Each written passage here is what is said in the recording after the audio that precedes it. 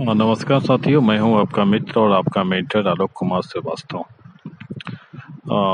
कल से मेरे पास बहुत सारे मैसेजेस, बहुत सारे ऑडियो रिकॉर्डिंग्स वगैरह आ रहे हैं कि देखिए सर, ये व्यक्ति आपके बारे में ये बोल रहा है, तो ये व्यक्ति आपके बारे में ये मैसेज चला रहा है। कोई सुधांशु कुमार आपके बारे में ये मैसेज चला रहा है, तो कोई पुरुषोत्तम ये चला रहा है मैसेज, तो फिर नीरज मुजफ्फरी ये मैसेज चला रहा है। यार एक बात बताइए, तो कितना लोग का हम जवाब देते रहे हैं? इतना भी मेरे पास वक्त नहीं है कि मैं मतलब हर लोग को मतलब ये करते रहूं कि कौन क्या बोल रहा है उसके पीछे पड़े रहे। अपना जो काम है आप करते रहिए सकारात्मक दिशा में। जो आपका लक्ष्य है, लक्ष्य के प्रति जब आप कॉन्सेंट्रेट होते हैं तो बहुत सारे लोग उसमें बाधा विघ्न डालने के लिए राह में रोड़ा अटकाते हैं। अब उन सबों को ऊपर ध्यान देने की जरूरत नहीं है। वैसे भी आपने सुना होगा, हिंदी में कहावत एक है कि जब लोग आपसे मतलब जलने लगे और अनपेक्षित प्रतिद्वंदिता करने लगे, तब आप समझ ले कि आप उनसे अधिक सफल हैं और आप सहज रहें। यही आपकी उन पर विजय है। इसलिए इन लोगों के बातों को लेके हम ज़्यादा उतना ये माइंड में मतलब ये नहीं करते हैं। हमारा फोकस बस ये है कि एसटीडी की बहाली चलती हो। लेकिन अब जान ही रहे हैं, कोरोना को लेके हर कुछ डिस्टर्ब है। तब तक कोरोना थोड़ा बहुत कंट्रोल नहीं होता तब तक तो कुछ हो भी नहीं सकता है। इवन आपको जान के आश्चर्य होगा कि जो हमारे एडवोकेट थे, लड़े हुए थे केस हमारे, वो भी कोरोना पॉजिटिव हैं। अब सोचिए कि कहीं मैं उनके पास गया रहता तो क्या स्थिति होती। तो कोरोना को लेके सारा डिस्टर्बेंस है। वो इसमें आप लोग इन लोगों की बातों को सुन के ज़्यादा ये नहीं करना है। सहज रहना ही आदमी को सही रहता है। अब ये लोग क्यों ऐसा कर रहे हैं, इसके पीछे की लॉजिक मैं आपको बता रहा हूँ। सबसे पहले तो मेरा एक प्रश्न है कि आप बताइए कि क्या भारत में संविधान में सब लोगों को संघ और संगठन बनाने का अधिकार दिया गया है? तो अगर हम अपना संघ और संगठन बना रहे हैं, टेलीग्राम पे बनाए, व्हाट्सएप पे बनाए, फेसबुक पे बनाए, तो यार इन लोग को पेट में दर्द क्यों हो रहा है? सोचिए आप खुद। क्या एक लोकतांत्रिक देश में संघ और संगठन बनाना गलत है? अगर गलत है तो बोलिए मैं गलत हूँ। हमने तो पहले ही बोल दिया था कि हम एसटीटी अब पास कर गए, हम लोग रिजल्ट आ गया, अब हम लोग सब लोग एक साथ आए, एकजुट रहें। और हमारा संगठन सिर्फ एसटीटी रिजल्ट तक नहीं, ज्वाइनिंग और ज्वाइनिंग के बाद भी बहुत सारी चीजें हैं जो हम लोग को करना है मिलजुल कर। ये तो हमने लाइव वीडियो में बोला ही था 3 दिन पहले, और उसी के बाद देखिए इन लोग को पेट में दर्द होना शुरू कैसे हो गया है। तो हर चीज तो मैं पहले ही बता देता हूँ, और उसी को लोग अपना ये उसी को देख के लोगों को जलन हो रही है, तब उसमें हम क्या कर सकते हैं? अब संघ और संगठन बनाने का तो अधिकार सबको है ना लोकतांत्रिक देश में। अब मेरा टेलीग्राम ग्रुप बन रहा है तो भाई मुजफ्फरी यूट्यूब पे जाके बता रहा है कि टेलीग्राम ग्रुप लोग बना रहे हैं। अरे भाई, तो तुम भी बनाओ ना, तुमको कौन मना किया है? थोड़ी कोई, तुम भी बनाओ। अगर तुम वैसा काम किया होगा तो लोग तुम्हारे साथ भी जुड़ेंगे। अगर हम वैसा काम किए हैं तो लोग हमारे साथ जुड़ रहे हैं। तुम्हारे बारे में कौन नहीं जानता है कि 28 जनवरी का रिजल्ट तू कैंसिल करवाया था और कितने लोग के सपने टूटे थे। आज अगर 28 जनवरी का रिजल्ट आ गया रहता तो हम लोग कब का बहाली प्रक्रिया में आगे बढ़ गए रहते। लेकिन बेवजह एग्जाम को रद्द कराने में मुजफ्फरी का हाथ था, पता ही था आप लोग को। केस करके फंसा दिया, अल्टीमेटली बोर्ड ने उसको रद्द कर दिया। हम लोगों ने अपना जो पूरा प्रयास किया, भरसक प्रयास किया बचाने का रिजल्ट। हर वो तर्क रखा जिससे रिजल्ट बचाया जा सकता हो, लेकिन कोर्ट ने हमारी नहीं सुनी। लेकिन एक चीज था कि हम लोग का केस ही था कि एक दबाव में भी कोर्ट मतलब बोर्ड था, और बोर्ड ने जल्दी जल्दी एग्जाम भी कंडक्ट कराया। अब एग्जाम हुआ, रिजल्ट आ रहा है, तो एग्जाम की जो भी कंडीशन थी सब कोई के लिए था, कोई स्पेशली आपके लिए नहीं था। जो भी था सब कोई के लिए था। सब लोग जो थे, जिनमें एबिलिटी थी वो पास किए, जिनमें एबिलिटी नहीं थी वो फेल किया। तो कहने का मतलब ये हुआ कि अब लोग बोलते रहे और सब कोई का हम जवाब देते रहे, तो इतना तो यार होते रह जाएगा। फिर तो आदमी यहाँ काम करते रह जाएगा। अब हमने एक लाइन में बता दिया संघ और संगठन बनाने का सबको अधिकार है, और जब संघ और संगठन बनेगा तो संघ और संगठन ऑब्वियस है कि किसी खास उद्देश्यों की प्राप्ति करने के लिए बनाया जाता है। तो हम लोग का उद्देश्य तो पहले से ही फिक्स है कि हम लोग को स्टेट का जो है ज्वाइनिंग लेना है, स्टेट रिजल्ट को ही बचाना है। और ज्वाइन होने के बाद भी बहुत सारी चीज़ें हैं जो जिस पर हम लोग मिलजुल के एक साथ लड़ना है, ये पहले से ही है डिटरमाइन। अब मुजफ्फरी को बोलने से तो कुछ होने वाला है नहीं, क्योंकि वो फेल वालों का नेता रहा है हमेशा। अभी आप देखिए सीटेड दिसंबर वाले केस में क्या क्या किया था, सबको पता ही होगा कि सीटेड दिसंबर वाला अभ्यर्थी से दो जगह केस करवाया, दो केस करवाया। एक केस में ही सारे लोग आ जाते, लेकिन 2 केस करवाया कि 2 अलग अलग जगह कराएंगे तो पैसा अलग अलग खर्च करने में, दिखाने में सुविधा रहेगा। और वो व्यक्ति आज हमारे ऊपर एलिगेशन लगा रहा है, जिस व्यक्ति ने 60,000 रुपया दिखाया था फोटो स्टेट का खर्च, और जिस व्यक्ति ने अपने अकाउंट नंबर में 15 दिन बाद का ट्रांजैक्शन दिखाया था, यानी 15 दिन पहले जितना पैसा आया वो सारा पैसा गोल, और उसके बाद भी जो पैसा दिखाया उसमें भी दिखा रहा है कि 60,000 रुपया जेरोक्स कराने में खर्चा हो गया। अब बताइए 60,000 में तो जेरोक्स कॉपी मशीन खरीद लेगा लोग आदमी। और आज ये चला है क्या कि हम इंटरवेन केस करेंगे, तो लड़ो भाई इंटरवेन, तुमको मना कौन कर रहा है यार, तुमको लड़ो। लेकिन आप एक चीज गौर से देखिएगा, वो इंटरवेन करना चाह रहा है, वो क्या बोला कि हम सारा चीज ड्राफ्ट करवा लिए हैं, ये वगैरह वगैरह, 3 वकील खड़ा कर रहे हैं। इसकी औकात क्या है आप लोग को नहीं पता है कि ये 3 वकील को खड़ा कर पाएगा अपने पैसा से? आपको लग रहा है कि अपने पैसे से ही खड़ा कर पाएगा 3 वकील? और आप बताइए कि केस जो हुआ है, अभी केस का एक सुनवाई नहीं हुआ है, केस को अभी केस नंबर नहीं मिला है, केस का केवल टोकन नंबर मिला है। केस में किन किन मुद्दों पे केस किया गया है उसको पॉइंट बाय पॉइंट रिप्लाई करना पड़ता है, काउंटर तैयार करना पड़ता है इंटरवेन बनने के लिए। और ये पहले ही ड्राफ्टिंग करा चुका है, अभी केस का पता ही नहीं है, अभी केस फ्लोर पे भी नहीं है, अभी तो केस फाइल अप ही हुआ है अभी जस्ट। और ये केस का जवाब भी तैयार कर लिया है, तो सोचिए कितना बड़ा झूठा है ये। तो ये तो झूठी, इसका ठगी का तो धंधा ही है, ये तो पता ही है आप लोग को। तो 2017 से ही ठगी का धंधा चला रहा है। 17 में पहले चलाया धंधा क्या कि गलत प्रश्नों के बदले अंक दिलवाएंगे, और आज तक गलत प्रश्नों के बदले अंक मिलते रह गए, सबको पता ही है। सिंगल बेंच में ठगा, सिंगल बेंच में हारा, फिर डबल बेंच के नाम पे ठगा। ये तो ठगी का धंधा इसका शुरू से ही चल रहा है।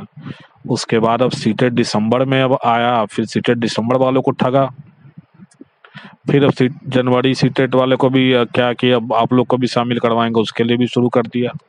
तो इसका तो धंधा ही है। तो एक्सीडेंटली पास कर गया था ना, ये सडनली ये पास कर गया एक्सीडेंटली। इसको खुद पे कॉन्फिडेंट नहीं था कि पास करने वाला है, क्योंकि जैसे ही सिलेबस वाला केस खारिज हुआ था ये बौखला गया था। इसका यूट्यूब पे जाके देखिएगा वीडियो, आप मेरे बारे में तरह तरह का चलाएगा कि ये आरोपी है, इसी के कारण एग्जाम जल्दी हुआ, नहीं तो पूरा बोर्ड सिलेबस जारी करके एग्जाम लेता, वैसे वैसे बहुत सारा वीडियो चलाए हुए, देखिएगा जाके आप। ये खुद बौखलाया हुआ था, क्योंकि इसको पता था कि फेल ही कर रहा है। मेरे पास ही कॉल भी किया था, उसका रिकॉर्डिंग में भी आप सुनिएगा, बोल रहा है कि 9th-10th का कुछ नहीं था, सब ग्रेजुएशन स्तर का था, कुछ भी नहीं, कौन सिलेबस था देगा, कुछ अते पता नहीं था। ये तो बाई चांस जो पास अभी कर गया वो भी तो रिजल्ट दिखा नहीं रहा था। तो हम लोग इतना किए तो फिर जबरदस्ती आया रिजल्ट दिखाने, और नहीं तो फेल बनकर पहले तो फेल वालों को ठगता कि आपका हम ये सुधार करवा देंगे, आपका ये सुधार करवा देंगे। चलिए आज ये कह रहा है कि 1 रुपया हम किसी से नहीं लेंगे और 3 वकील को खड़ा करेंगे। जिसके पास पैसा आया कहाँ से बताइए, इतना बड़का ये तो क्या है, ये तो इसके बारे में तो सब लोग को पता है अच्छी तरीके से। तो बात है कि दिसंबर वाला सीटेड वाला सबसे पैसा ठगा है कि डबल बेंच में केस लड़ेंगे, सब पैसा भेज दिया, अब वही पैसा रखे हुए है। अब उसी पैसा से क्या करेगा कि 1 वकील को ठीक करेगा और उसी के 3-4 कलीग का नाम केवल फाइलिंग अथॉरिटी में दिलवा देगा, कहेगा 3 वकील हम खड़ा किए थे। अरे भाई एक केस है तो बहस एक वकील ना करेगा, एक केस में 5 वकील तो वहीं बहस करा लेगा। तो समझ लीजिए कि इसका क्या मोटिव है। और इसका मोटिव मुझे बताने की जरूरत नहीं, इसके मोटिव सारे जो अभ्यर्थी 28 जनवरी के एग्जाम दिए थे सबको पता है अच्छी तरीके से। और जो लोग 28 जनवरी को पास कर रहे थे उसमें से बहुत लोग इस बार फेल कर गए हैं, ये भी पता है आपको। तो मुजफ्फरी का धंधा तो बताने की जरूरत नहीं है क्या है, उसका बहुत बड़ा लंबा गेम प्लान है। वो अभी बस चारा डाल रहा है कि देखिए हम बिना पैसा का केस लड़ रहे हैं, और उसी चारा से आगे में वो क्या करेगा उसका अंदाजा लगा लीजिए आप। आगे में वो क्या करेगा, फिर आगे में कहेगा कि चलिए अब ये तो हो गया, अब हम लोग को अब इस केस के लिए पैसा दीजिए, अब तब हम लोग केस लड़ेंगे। और रही बात हम लोग की, तो हम लोग 28 जनवरी का केस लड़े थे और सारा अकाउंट स्टेटमेंट 2-2, 3-3 बार जारी किया गया। अब देखिए मैथ वाले कैंडिडेट थे, उनके कहने पे भी हमने फिर से एक बार, गोस्वामी ने बोला, फिर से हमने अकाउंट स्टेटमेंट जारी कर दिया। और उसके बाद भी फिर बोलता है क्या कि ये लोग एक्सेल वर्ड में बना के और जो है वो एडिटिंग करके अपना दिए हुए। अरे यार बताओ हम कि जब आप SBI का अकाउंट मेरा नंबर जारी था, जब आप वहां पे जाके से अकाउंट स्टेटमेंट निकालोगे तो वहां PDF फॉर्म में डाउनलोड करने का ऑप्शन आता है। PDF फॉर्म में मैंने डाउनलोड करके फॉरवर्ड कर ही दिया। तो अब ये कहने की जरूरत क्या है कि हम वर्ड में एक्सेल में बना रहे, इतना मेरे पास टाइम है कि वर्ड एक्सेल में हम बना के एडिटिंग करेंगे। और ठीक है, अगर ऐसा लग रहा है कि हमने एडिटिंग किया है तो एक सार्वजनिक मंच पे आइए, वहां हम भी बैठते हैं, आप भी बैठिए, और वहां नेट बैंकिंग से लॉगिन करके और हम अपना अकाउंट स्टेटमेंट निकालते हैं, कितना पैसा आया कितना पैसा गया। और जो अकाउंट स्टेटमेंट हम जारी किए हैं, अगर उससे अगर एक एक ट्रांजेक्शन कम या ज्यादा हो गया तो फिर आप जो बोलिए सो, और नहीं तो जो ये आरोप लगा रहा है उसको 500 जूता वहां हम मारेंगे सार्वजनिक मंच पे। कोई भी जो आरोप लगा रहा है, मैं बता रहा हूँ, बैठे वहां पे सामने एकदम पब्लिकली, एकदम आइए, फेसबुक लाइव होकर आइए, एकदम सब लोग के सामने एकदम दिखाई पड़े, एकदम ओपन चैलेंज करता हूँ। और भी लोग जितने भी आरोप लगाते हैं, ओपन चैलेंज है कि सार्वजनिक मंच पे तुम्हारे संगठन का नेता अगर आने के लिए तैयार है तो आ जाए, किसी भी केस के खर्च का हिसाब ले ले। हम आज तक किसी भी केस में या किसी भी आंदोलन में कहीं भी अगर हमने पैसा खर्च किया है ना, तो उसका एक एक रुपए का हिसाब मेरे पास है, विथ प्रूफ, सबूत के साथ। तो सार्वजनिक मंच पे बैठ जाए और सब लोग के सामने फेसबुक लाइव हो और सबको दिखे कि हाँ देखिए क्या खर्च हुआ था क्या नहीं हुआ था, वो सारा हिसाब किताब है मेरे पास। ये केवल मुजफ्फरी को ही चैलेंज नहीं है, गोस्वामी को ही चैलेंज नहीं है, ये पुरुषोत्तम को भी ये चैलेंज है। जो पुरुषोत्तम आज ऑडियो जारी करता है केवल एडमिन टीम से रिमूव कर देने से, क्योंकि ये एडमिन टेलीग्राम ग्रुप में जोड़ रहा था किम जोंग उन को, और उसको रिमूव कर दिया तो ये लगा ना सना बकने। तो भाई तो तुमको भी चैलेंज कर रहा हूँ कि जैसे मैंने जारी कर दिया था अकाउंट स्टेटमेंट अपना, जिस दिन एग्जाम रद्द हुआ था उस दिन से लेकर जिस दिन नया एग्जाम शुरू हुआ उस दिन तक का, तो तुम भी अकाउंट स्टेटमेंट जरा जारी कर दो पुरुषोत्तम। अगर बहुत बड़ा ईमानदार तू बन गया है तो, अगर तू बहुत बड़ा ईमानदार है तो तू भी जारी करके दिखा दे। और कितना पैसा तू किया, 40,000 30,000 रुपए तो वहीं पर बर्बाद कर दिया पीके साई के पास। आज तू बता रहा है कि सब लोग को अधिकार है लड़ने का केस, तो लड़ा था ना तू भी, तो क्यों फिर बाद में सरेंडर हो गया? सारे लोग तो पैसा तुम्ही को दिए थे, लेकिन अल्टीमेटली सरेंडर हो गए ना तुमसे तो हो नहीं पाया केस, एक लिस्ट तक नहीं करा पाए तुम केस अपनी, और तब मजबूरी में मेरे साथ मिले तुम लोग। और आज तुमको बस एकेडमिक ग्रुप से निकाल नहीं दिया कि लगे तुम आज ये करने वो करने। अरे we are not the factory of, नौकरी बांटने की कोई फैक्ट्री नहीं हमारी है, लेकिन इतना बता देते हैं कि एक मजबूत संगठन हमारा जरूर है और इतना लोगों का ट्रस्ट हम लोगों पे है, इसलिए कि हम लोग ईमानदारी से काम करते हैं।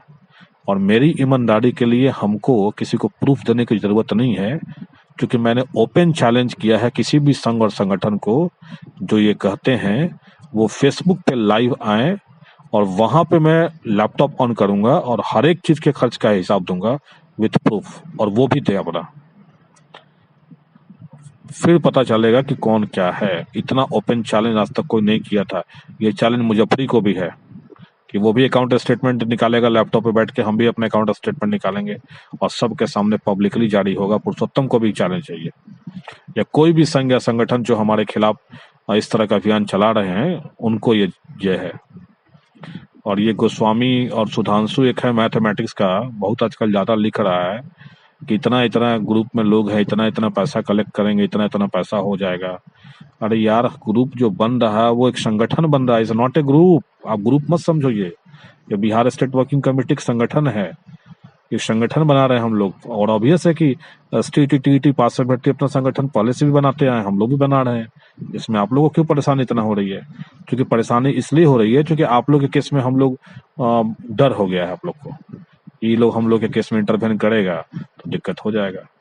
तो भाई वैसे तो मुझे खुद, मैं बता रहा हूँ पर्सनल, मैं बता रहा हूँ कि मुझे केस लड़ने में कोई दिलचस्पी नहीं है। एक केस लड़ने में आप इतना मेंटली टॉर्चर होते हैं, इतना मेंटली टॉर्चर होता है, इतना काम करना पड़ता है, और उसके बाद भी अगर परिणाम मिल गया आपके पक्ष में तो सब लोग आपके साथ रहेंगे, और परिणाम अगर आपके पक्ष में नहीं है तो सारे लोग आपके विपक्ष में भी हो जाएंगे। जो समझदार हैं वो तो साथ रहेंगे कि उनको पता है कि हाँ, एक ईमानदार प्रयास किया गया था। अभी भी मैं बता रहा हूँ कि ईमानदार प्रयास में कभी कमी नहीं हुई है हमारी।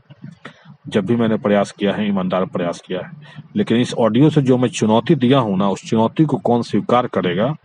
कब फेसबुक लाइव आना है, टाइम बता देना, लैपटॉप लेके आएंगे, वहीं पे नेट बैंकिंग से ऑन करके अपना अकाउंट स्टेटमेंट निकालेंगे, और वहां पे नीरज भी निकाले, पुरुषोत्तम भी निकाले, या गोस्वामी भी निकाले, जो आजकल बोल रहा है कि हम चंदा ले रहे हैं या नहीं ले रहे हैं, तुम भी निकाल कर दिखाओ कितना पैसा तुम लिए हो। जब तुम दूसरे से पैसा दिखने का अधिकारी हो तो अपना भी तुम दिखाओ, या और भी कोई संगठन। ओपन चैलेंज है इस ऑडियो के द्वारा। आज हम संगठन बना रहे हैं, बिल्कुल बना रहे हैं संगठन, और संगठन एक बनता है तो एक निश्चित उद्देश्यों के लिए बनता है। संगठन के उद्देश्य जो है वो सबसे लोगों से राय मशवरा लेके बनाया जाता है। लोगों के राय मशवरा, जो हमारे संगठन से लोग जुड़े हुए हैं, उनके जो राय मशवरा होंगे उनके अकॉर्डिंग हम वर्क करेंगे। इसमें लोगों को कोई परेशान होने की जरूरत नहीं है। तो मैथमेटिक्स के सुधांशु कुमार, यूट्यूब पे तो आके बहुत कमेंट कर देते हो, कभी सामने आके कमेंट किया कर, तब तुमको बता देंगे कि हम कहाँ हैं। तो यूट्यूब पे तो कमेंट कर दिया था और हमको पता लग रहा था कि तू ही होगा, लेकिन कल से जो तुम्हारा वायरल हुआ है मैसेज, हम और कंफर्म हो गए थे कि यही लड़का है जो यूट्यूब पे कमेंट कर रहा था। यार, पास नहीं कर पाए हो अनफॉर्चुनेटली, तो तैयारी करो दोबारा। लेकिन इस सपना देख रहे हो कि एग्जाम को रद्द करा देंगे, तो इस सपना किसी जन्म में पूरा नहीं होगा। रहा बात इंटरवेन करने और ना करने का, तो इंटरवेनर का रोल सिर्फ यही रहता है कि कोर्ट पे एक दबाव रहता है कि इतने लोग ऐसे भी हैं जो इस परिणाम से प्रभावित होंगे, इस कारण से कोर्ट थोड़ा सोच समझ के निर्णय देता है।